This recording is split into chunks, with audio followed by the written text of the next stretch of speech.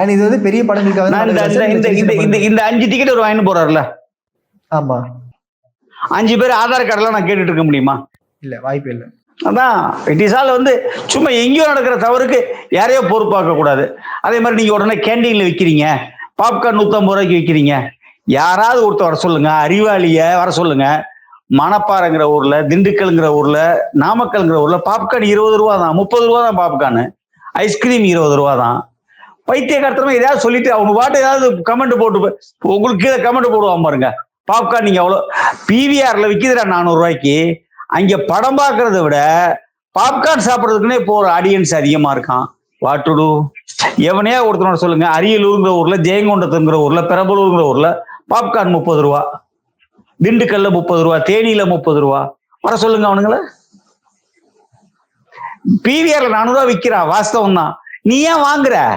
உனக்கு பிடிச்சிருக்கு நீ வாங்குற. சார் ஒரு சாதாரண ஹோட்டல் பாலாஜி பொருளை காப்பி சாப்பிட்டா 30 ரூபா, தாச்சி கோரமண்டல போய் காப்பி சாப்பிட்டா 800 ரூபா.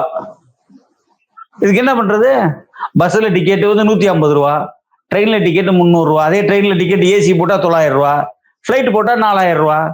உனக்கு என்ன கன்வீனியன்ஸ் வேணுமோ அதுதானே விஷயம். மணப்பாறையில பாப்கார்ன் 30 ரூபா, பிவிஆர்ல பாப்கார்ன் 400 ரூபா. உனக்கு எது பிடிக்குதோ வாங்கிக்கலடா, விட்டுரு. யாரு கேட்டா?